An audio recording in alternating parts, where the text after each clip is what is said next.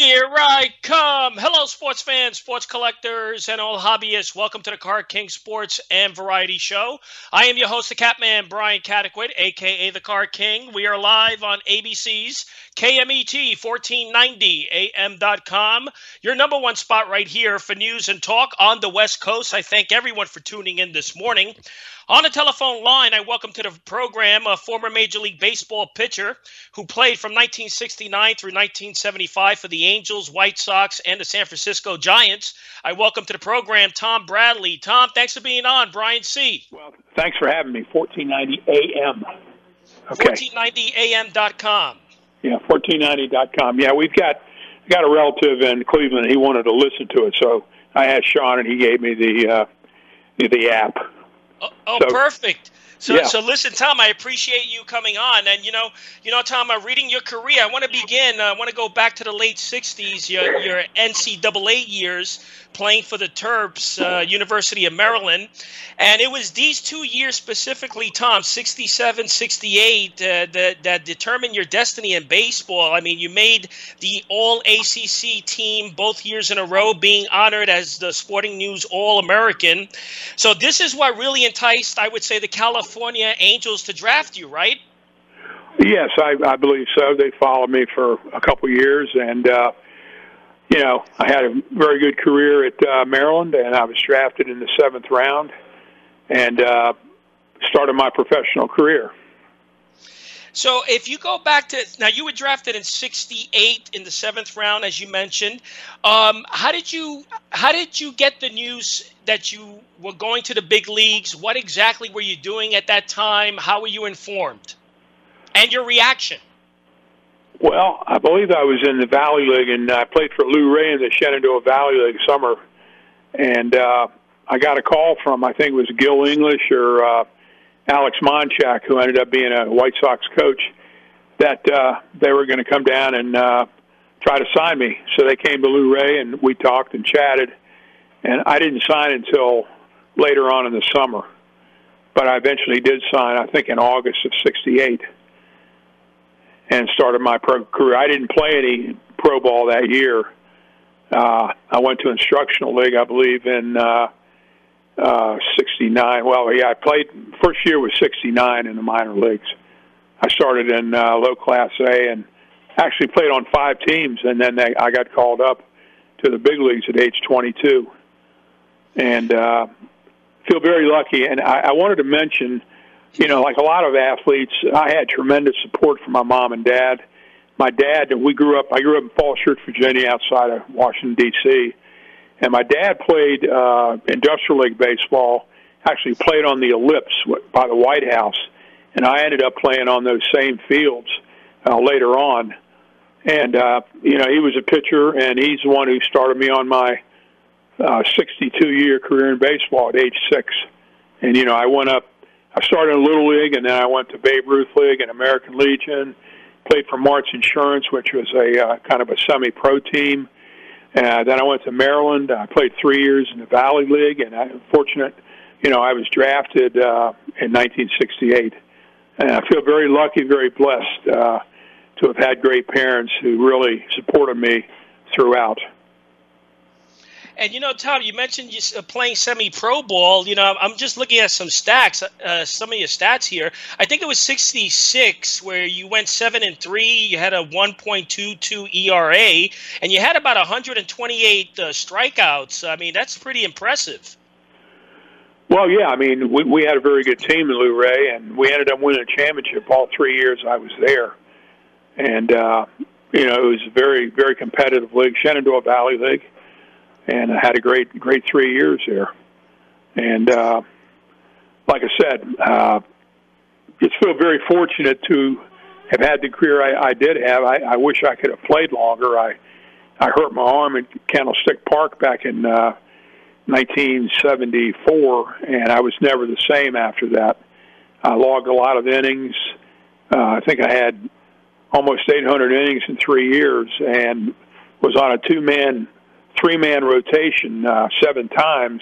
I pitched with on only 2 days rest, and I think that certainly didn't help the longevity of my career. Yeah, well, that's one thing about you. I mean, you were really a workhorse. And, 1968, you were drafted, as we mentioned, and you played for 5 teams under the Angels organization.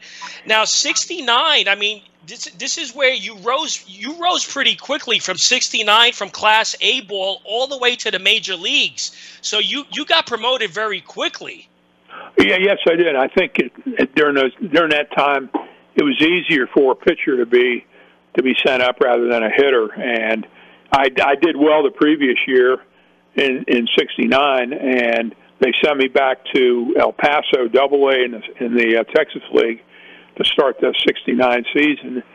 And I think I was 3-0, and then I got promoted to Hawaii. That's a real tough place to play. Yeah. And I was 11-1. So I had a very good minor league career.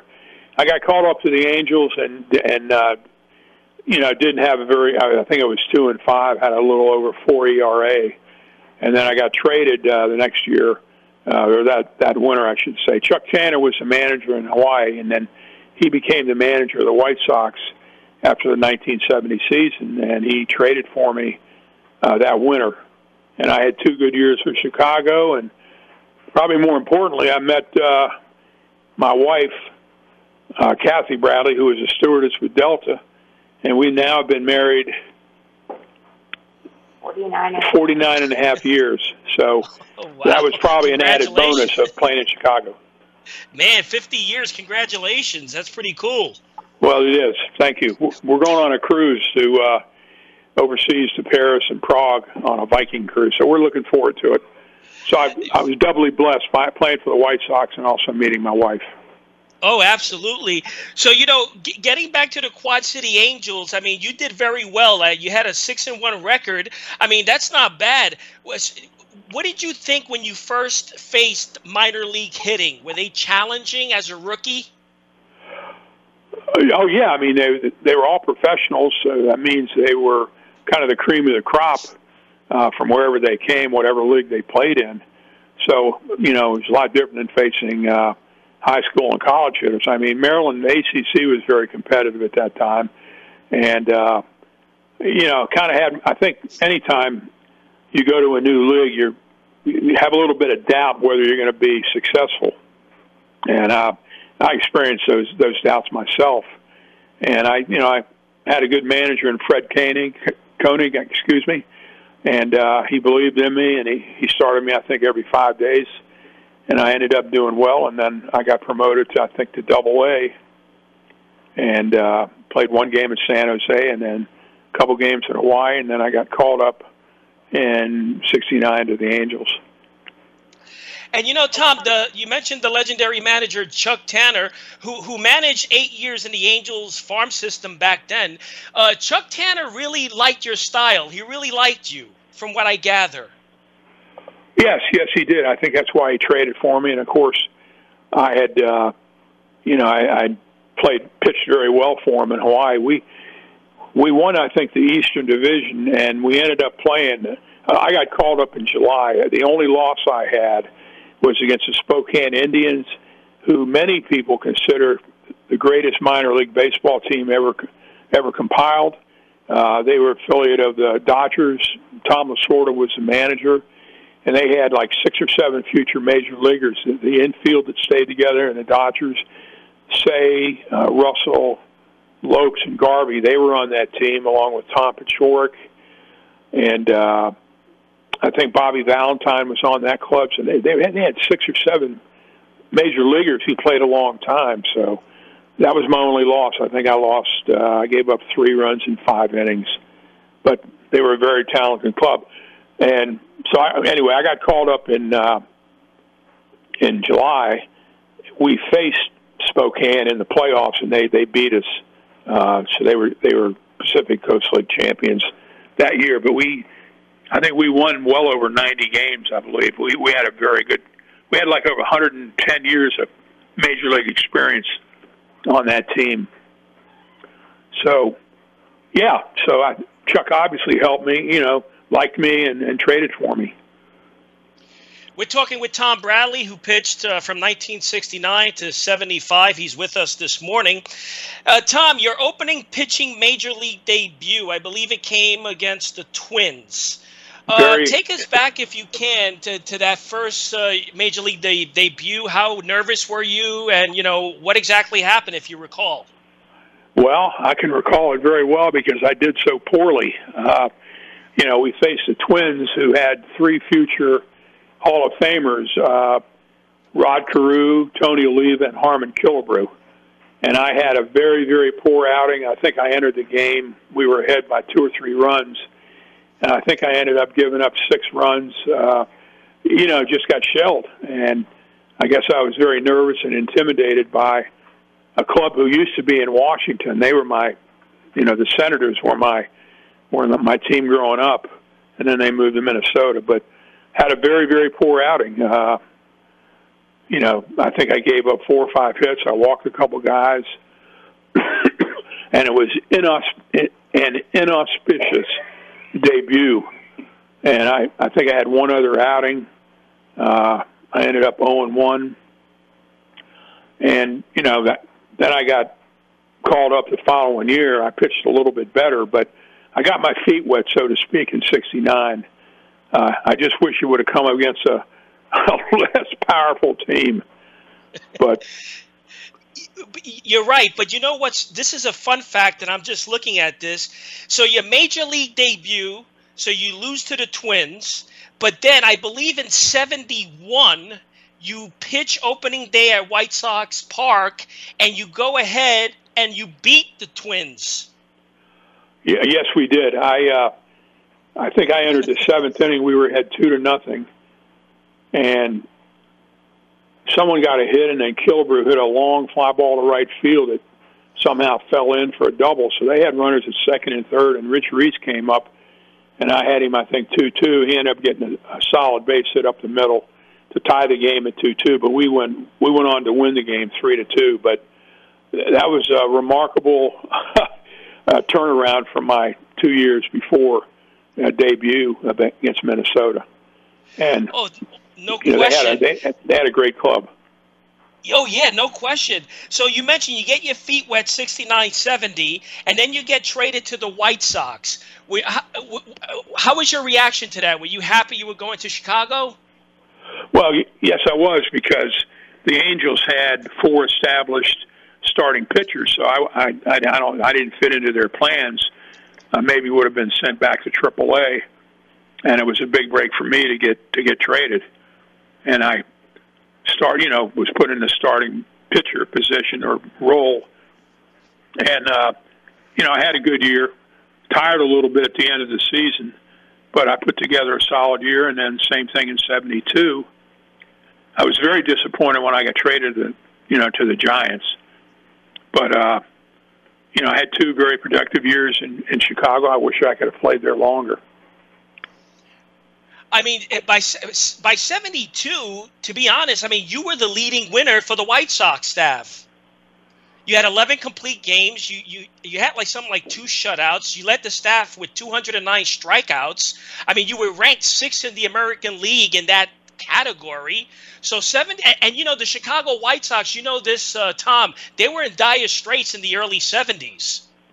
Oh, I know they were. They almost got moved to, I think, San Diego or even D.C. was talking about moving there. So, yeah, we ended up having two good years and saved the franchise. And Dick Allen was a big part of that in 72.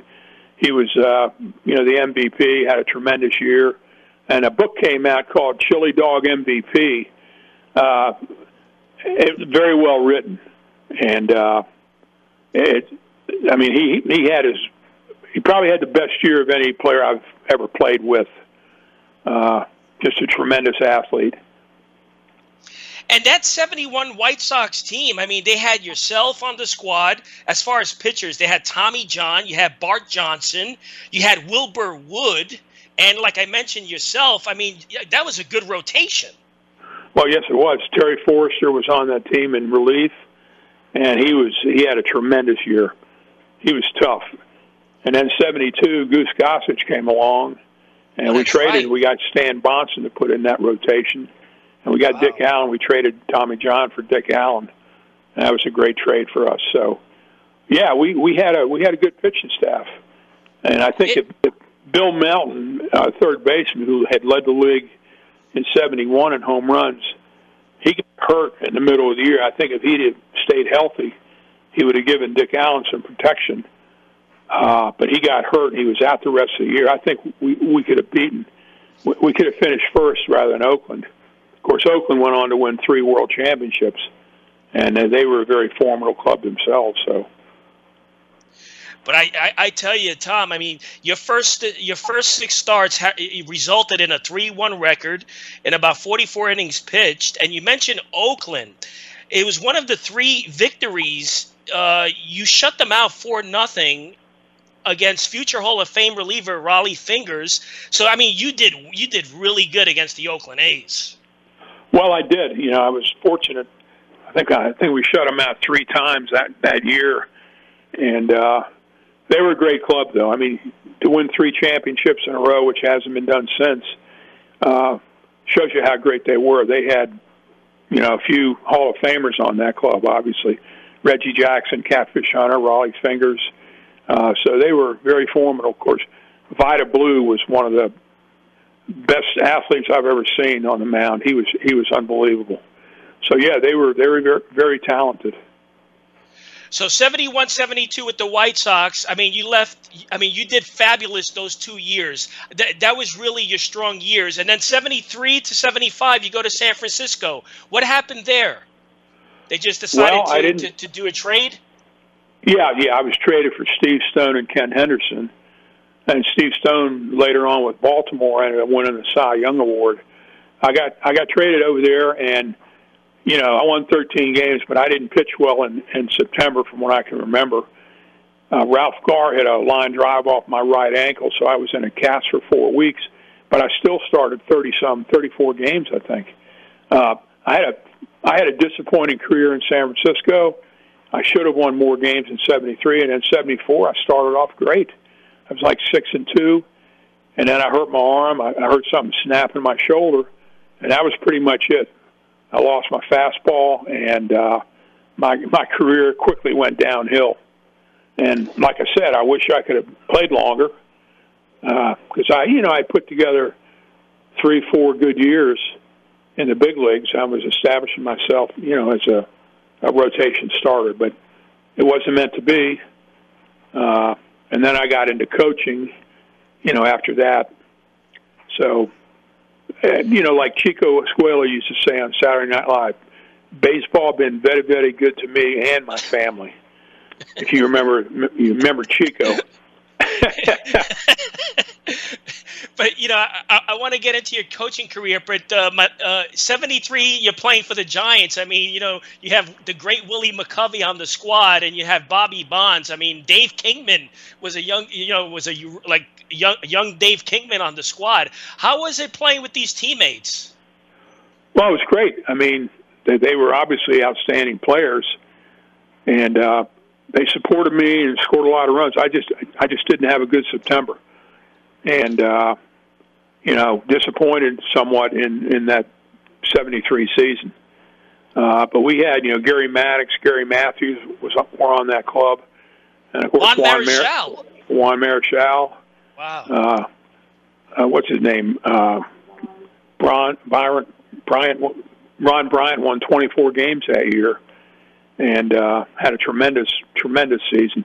And I think we finished second that year. But it was a very talented club, very talented. Very talented. And also Sudden Sam McDowell, who is also a guest on this show, was on that squad. Sam McDowell. Oh, yeah, Sudden Sam. Yeah, I roomed with him in spring training.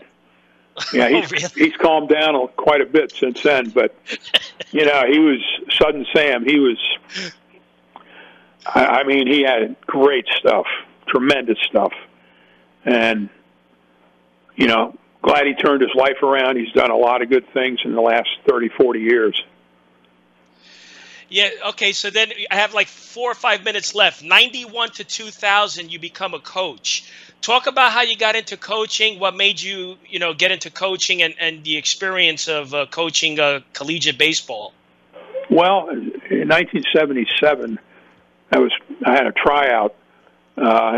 Didn't make the Pirates, so I got in touch with the St. Mary's, California, in Moraga, California.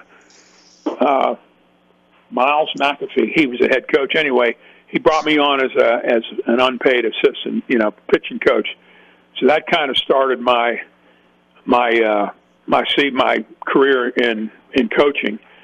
And I was there 1 year, and I talked to my longtime, Maryland coach, Jack Jackson, and he said he was going to be retiring pretty soon, but that was down the road a ways. And he told me about a job at Jacksonville University, and I applied for the job there and was hired in 1978, I believe, and coached there 12 years. We had very good teams. I thoroughly enjoyed it. I was also an assistant professor at PE. I had to get my master's degree, and I didn't major in PE. I majored in Latin. I was going to be a Latin teacher and coach baseball, but kind of got diverted by pro ball.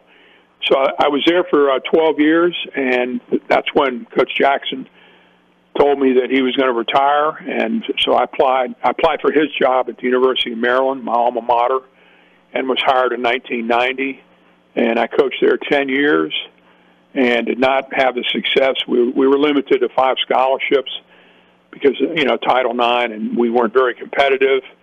So after that, I got into pro ball as a pitching coach. I went to the Toronto Blue Jays and coached for them for 5 years in the low minor leagues as a pitching coach, and then I went to the San Diego Padres, where Sandy Alderson, he and I were classmates. He was the general manager of the Padres, and he hired me, and I coached there 5 years. And then in 2010, my son Andy was the coach of Gonzaga College High School in D.C., and I volunteered as a pitching coach for him for 5 years, and then I retired in 2015. So my career lasted from 1953 until 2015, I think a span of like 62 years.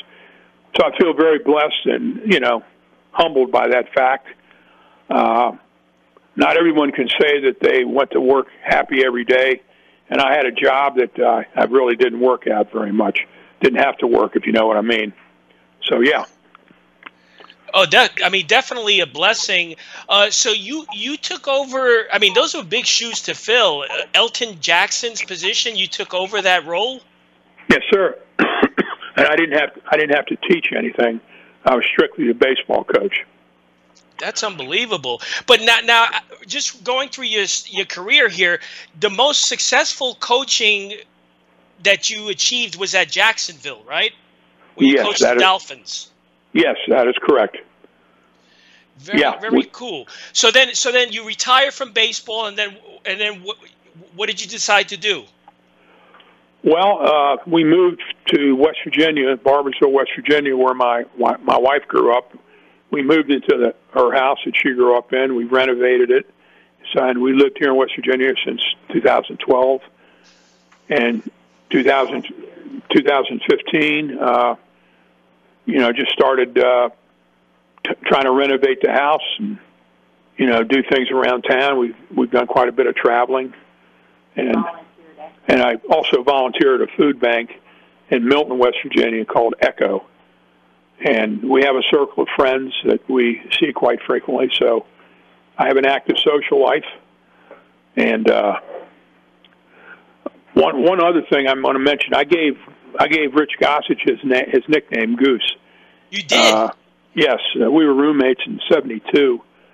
Anyway, people have asked me why I nicknamed him Goose. Well, he came into relief one night against Oakland. And if you can visualize his motion, he kind of looked like a gangly goose, all arms and legs. And I also made a comment, look, he threw like 3 or 4 innings, scoreless innings. I said, look at all those goose eggs up there. So from that point, we started calling him Goose, and the name is stuck. And he had a great career. I did not know that. So Tom Bradley's responsible for giving Gossage his nickname Goose. Yes, sir. That is correct. That is cool. And, you know, one final question, Tom. You've been in the coaching business, like you mentioned, a long time. Is this still very difficult to get drafted into the major leagues? Well, they've cut down the number of draft picks, for one thing. They've gone after a lot more college players because, you know, the SEC, the ACC, the Pac-10, they built new stadiums because of all the money that football and basketball generated. Many of them are, you know, money producing. I mean, University of Tennessee just won a college championship. So a lot more players are being drafted from college, and it kind of leaves out, you know, some high school kids. On the other hand, because they've eliminated some leagues, not as many college players or other players get drafted because there are not enough slots available. So it's changed quite a bit. It's very, very competitive now, and it's gotten quite a bit better than when I was in school over 50 years ago. Well, listen, I mean, this was very interesting. I really appreciate your time. And, you know, Tom, I love your baseball cards. When you saw yourself on a baseball card for the first time quickly, what did you say? I mean, did you feel that was pretty cool, huh? Well, it was definitely cool, but my rookie card, it looks like I'd seen Invasion of the Third Kind. Remember that movie with Richard Dreyfuss? Yes. Because the expression on my face, it looked like somebody had flashed a camera right in front of me. So, but yeah, it's cool to have 6 cards, and you know, I still get autograph requests from time to time, which is pretty cool. Pretty neat. Well, yeah. Listen, I really appreciate your time, and you know, anytime you want to come on and chat, please let me know. Okay. Well, I appreciate you asking me. I've had a good time, and hopefully the listeners have enjoyed our 30 minutes together. And good luck, and God bless, and thanks a lot. Likewise, Tom Bradley, former pitcher, Major League Baseball. Until next week, happy collecting to all.